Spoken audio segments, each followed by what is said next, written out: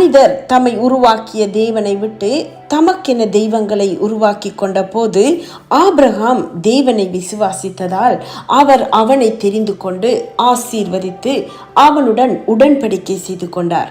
ஆபிரகாமை தெரிந்து கொண்டவர் யாஹ்வே என்ற சர்வ வல்லமையுள்ள தேவனே.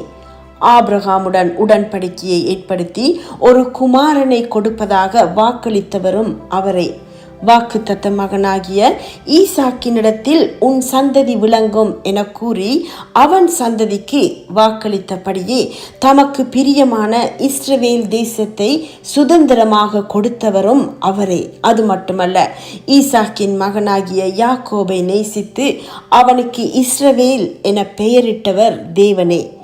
ஆகவே இஸ்ரவேல் மக்களை தெரிந்து கொண்டு அவர்களுக்கு இஸ்ரவேல் தேசத்தை கொடுத்தது தேவனுடைய மனதில் இருந்த அவருடைய விருப்பமும் திட்டம்.